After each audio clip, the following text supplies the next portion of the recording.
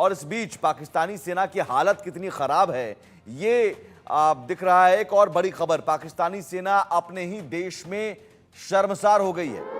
TTP ने पाकिस्तान के 10 सैनिकों को अगवा कर लिया है। 10 सैनिकों के साथ एक अफसर भी अगवा किए गए हैं। टीटीपी ने अगवा सैनिकों के कपड़े उतरवा दिए। मुल्तान से खुजदर जा रहे थे पाकिस्तान सैनिक। सिंध रेजिमेंट की 1st बटालियन के ये सैनिक थे जिनके साथ ये व्यवहार किया गया। सिंध बलूचिस्तान सीमा के पास ये वारदात हुई, ये घटना हुई। और समझिए कि ये पाकिस्तान के लिए कितनी शर्मसार करने वाली घटना है कि एक तरफ तो पहले परमाणु वैज्ञानिकों को अगवा कर दिया जाता है, सैनिक तक को अगवा कर दिया जाता है। अब तक तो सैनिक को मारा जा रहा था, अब अगवा किया जा रहा है, उनके कपड़े उतरवाए जा रहे हैं। टीटीपी के लड़ाकों के आगे ऐसा लग रहा है पाकिस्तान के सैनिक कंप्लीट समर्पण, सरेंडर कर चुके हैं। और अगवा सैनिकों के कपड़े उतरवाना, जो पाकिस्तानी सैनिक मुल्तान से खुजदर जा रहे थे पाकिस्तानी सैनिक, उन्हें अगवा कर लिया जाता है, जिसमें एक अफसर भी होते हैं। और इन सब के बीच पाकिस्तान अफगानिस्तान में जंग की स्थिति बनी हुई है, तनाव की स्थिति बनी हुई है, सीमा पर स्थिति तनावपूर्ण बनी हुई है। शत्रुता से क्षेत्र में अस्थिरता बढ़ी है, दोनों तरफ से हिंसा में इजाफा हुआ है, दोनों तरफ से वार पलटवार का दौर जारी है और सैनिक कार्रवाई से चिंता और बढ़ गई है। अफगान पाक के रिश्तों में तनाव, दोनों मुल्कों में आर्थिक उथल पुथल नजर आ रही है और गरीबी से दोनों मुल्कों में मानवीय संकट पैदा हो गया है। लेकिन यहां पर जंग जैसी स्थिति बनी हुई है, भले ही गरीबी अर्थव्यवस्था हो। पाकिस्तान भी कंगाली के दौर से गुजर रहा है और अफगानिस्तान में भी स्थिति कुछ ऐसी ही है। लेकिन दोनों देशों के बीच तनाव आखिर कब तक रहेगा और क्या पाकिस्तान पूरी तरह से अब सरेंडर करके रहेगा? ग्रुप कैप्टन यूके देवनाथ जी हमारे साथ हैं।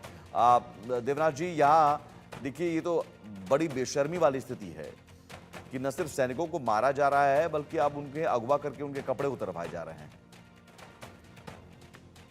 ये दर्शाता है कि पाकिस्तान की जो आर्मी है शायद उसमें दूरदर्शिता की कमी है। जब भी आर्मी कहीं पे भी दूर दराज के इलाकों में डिप्लॉय होती है तो हमेशा अपने लॉजिस्टिक्स बेस को मजबूत करती है और उस फर्म बेस से जब वो आगे पेट्रोलिंग पर जाते हैं तो हर पेट्रोल पार्टी जो दुश्मन के एरिया में या टीटीपी के एरिया में घुस रही है उसमें होता है कि फ्लैंक सपोर्ट दिया जाता है।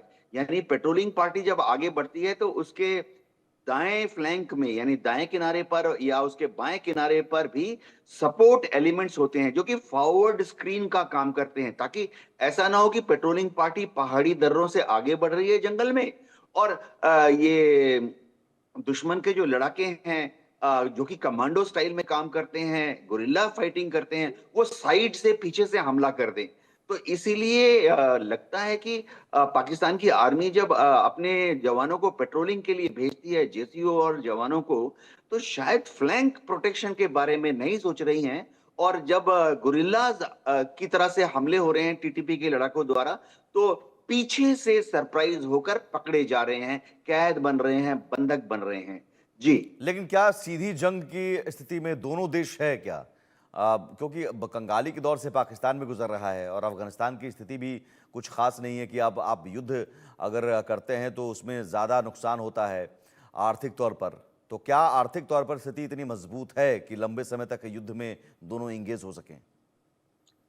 जहां तक काबुल की बात है, काबुल की तालिबान सरकार ने बोल दिया है कि हम हमारी जो लश्कर हैं यानी प्राइवेट आर्मीज जो हैं यानी वॉलेंटियर फोर्स जो हैं, तालिबान के जो लड़ाके हैं, उनको काबुल से, कंधार से और हेरात से पाकिस्तान की तरफ, वजीरिस्तान की तरफ, खैबर पख्तूनख्वा डूरन लाइन की तरफ कूच करा रहे हैं। जी। उन्होंने तो ये भी कहा, दावा किया कि 15,000 लड़ाकों को उन्होंने कूच करा दिया है जो कि पहुंच गए हैं डूरन लाइन के ऊपर।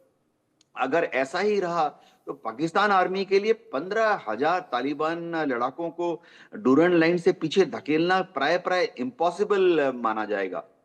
आम जमीनी लड़ाई में क्या होता है कि जो पाकिस्तान अगर लेवल आम एरिया होता है जहां पे जमीन फ्लैट है, समतल है, खेत खलियान है, 3 गुना ज्यादा फौजियों को हमला करना पड़ता है आतंकवादियों के ऊपर। तो अगर 15,000 तालिबानी है तो 45,000 पाकिस्तानी ट्रुप्स को वहां डिप्लॉय करना है। पाकिस्तान आर्मी इतना नहीं कर पाएगी। पहाड़ी इलाकों में तो और भी मुश्किल है। वहां पर जो अमेरिकन ट्रूप्स थे, उन्होंने तालिबान को ट्रेनिंग दी थी रशियन ट्रूप्स के विरुद्ध लड़ने के लिए। ये 70 की दशक की बात है, 80 की दशक की बात है। जी। तो अमेरिकन्स ने इन तालिबानियों को सिखाया हुआ है कि कभी हमेशा पहाड़ियों की चोटी पर रहो, कभी भी लड़ने के लिए नीचे घाटी में मत जाओ। तो ये करते क्या है कि पाकिस्तान के फौजी तो नीचे घाटियों में सड़क से और ट्रैक्स जहां से सड़कें बनी है वहां से जीप लेके आगे जाते हैं। लेकिन ये तालिबान के जो लड़ाके हैं ये पहाड़ की टोपी से चोटी से मशीन गन फायर करके जी। इधर उधर तितर बितर हो जाते हैं। ठीक तो है। पाकिस्तान की जो फॉरवर्ड पोस्ट हैं उनको काउंटर फायर करके इन तालिबानियों को आघात पहुंचाने का मौका ही नहीं मिलता। ये क्लासिक गुरिल्ला टैक्टिक्स है जिसको कि अमेरिकन सीआईए एजेंट्स ने और अमेरिकन आर्मी की स्पेशल फोर्सेस ने इनको फिर से सिखाया, फिर से ज्यादा एक्सपर्ट बना दिया। जी। और वही आज काम आ रहा है। इसी वजह से पाकिस्तान की सेना सरेंडर कर रही है लगातार। पाकिस्तानी सैनिक के जवान न सिर्फ मारे जा रहे हैं बल्कि अगवा किए जा रहे हैं। इन सब के बीच भारत अफगानिस्तान के बेहतर रिश्ते हैं। भारत और अफगानिस्तान के बीच जो बेहतर रिश्ते नजर आ रहे हैं उससे पाकिस्तान डरा हुआ है। तालिबान के खौफ से हल्कान पाक के हुक्मरान इस्लामाबाद के बंद कमरों में बैठकों का दौर जारी है। पाक तालिबान तनाव को कम करने पर चर्चा हो रही है। कई पाकिस्तानी एक्सपर्ट ने शहबाज को चेतावनी दी है कि काबुल के प्रति आक्रामक रुख से परहेज करें शहबाज। और ये अपने आप में बड़ी बात इस लिहाज से है कि यही काबुल पाकिस्तान के लिए ऐसा लग रहा था कि ये तो हमारा ही है, ये हमारे ही लोग हैं। जब तालिबान सत्ता में आया तब पाकिस्तान की ओर से ये खुशी मनाई जा रही थी, जश्न मनाया जा रहा था कि साहब ये तो हमारे ही लोग हैं, अब तो हमारे हिसाब से चलेंगे। लेकिन हो गया उल्टा। और भारत के साथ रिश्ते बेहतर हैं अफगानिस्तान के, तालिबान के साथ रिश्ते बेहतर हैं, हमने उनकी मदद भी की। और पाकिस्तान जो कि ये सोच रहा था कि तालिबान तो अब हमारे ही हैं, तालिबान की सरकार रहेगी तो हम अफगानिस्तान के साथ मिलकर काम कर सकेंगे, लेकिन यहाँ उल्टा हो गया है। और जो एक्सपर्ट्स हैं वो कह रहे हैं कि साहब आप जो हैं काबुल के प्रति आक्रामक रुख ना अपनाएं। लेकिन टीटीपी, यहां समझना होगा टीटीपी है क्या। टीटीपी दरअसल पाकिस्तान का एक खूंखार आतंकी संगठन है। पूरा नाम तहरीक-ए-तालिबान पाकिस्तान है। टीटीपी ने पाकिस्तान के खिलाफ जंग छेड़ रखी थी। 2007 में तहरीक-ए-तालिबान का गठन होता है। पाकिस्तान का गठन बैतुल्लाह मसूद की अगुवाई में टीटीपी का गठन होता है। 2014 से 2018 के बीच पाक सेना ने बड़ा अभियान चलाया। पाक कार्रवाई में लगभग खत्म हो गया था संगठन। अफगानिस्तान में तालिबानी शासन के बाद फिर मजबूत हुआ टीटीपी। 2021 में तालिबान की वापसी से टीटीपी की सक्रियता बढ़ी गई। अफगानिस्तान की सीमा से लगे इलाके में टीटीपी का गढ़ माना जाता है और टीटीपी ने हाल के दिनों में तेज हमले किए हैं।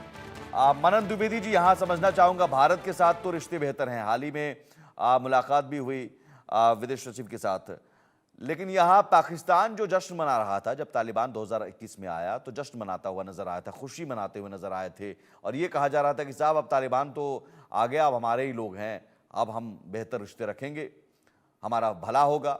लेकिन यहां तो उल्टे हो रहा है और बल्कि वहां के एक्सपर्ट्स कह रहे हैं कि अभी भी वक्त है, काबुल के प्रति आक्रामक रुख ना अपनाएं। तो क्या आने वाले दिनों में शहबाज सरकार तालिबान के सामने हाथ पैर जोड़ेगा?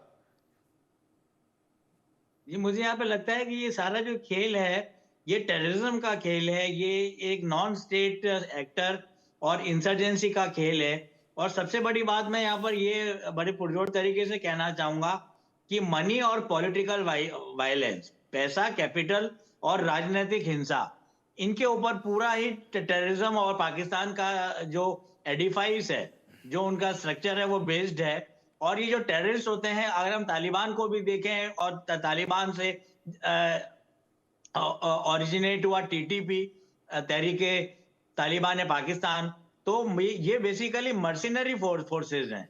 क्योंकि कोई भी आप देखिए, कोई भी मेहनत कश मुस्लिम ये नहीं चाहेगा कि उसका बच्चा जाकर अफगान